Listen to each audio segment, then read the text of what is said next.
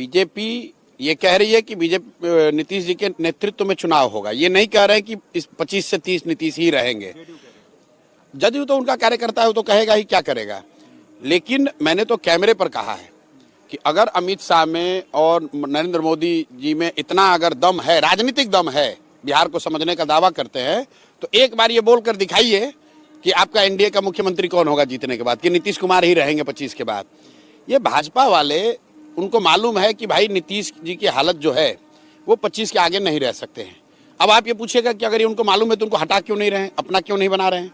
वो इसलिए कि भाजपा की बिहार में ना वो ताकत है, ना तैयारी है, ना उनकी ताकत है, ना उनकी तैयारी है।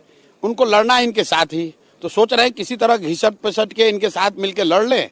और उनका अपना आकलन है कि अगर हमको बहुमत मिल जाए कोalition को, तो नीतीश को हटाकर हम लोग अपना कोई बना लेंगे। जेडीयू को कितनी सीटें आप दे रहे हैं? इससे पहले भी आपने कई बार आकलन किया। नहीं, मैं अपना आकलन, जो लोग मेरे को पिछले 5-10 साल में फॉलो किए हैं उनको मालूम है, मैं आकलन एक बार करता हूँ फिर बदलता नहीं हूँ रोज। नीतीश कुमार के जदयू को 25 से कम सीट आएगी, चाहे वो किसी भी कोalition में लड़ लें, किसी भी कोalition में लड़ लें। जब नीतीश बाबू, आपको याद होगा, लोकसभा में इंडिया गठबंधन में थे, तो मैंने कहा था कि अगर इंडिया गठबंधन में लड़ेंगे तो इनको 5 सीट नहीं आएगा, डर के मारे भागे फिर भाजपा के साथ। अभी मैं आपको बता रहा हूं कि नीतीश कुमार को विधानसभा में जदयू को 25 सीट से कम ही आएगा।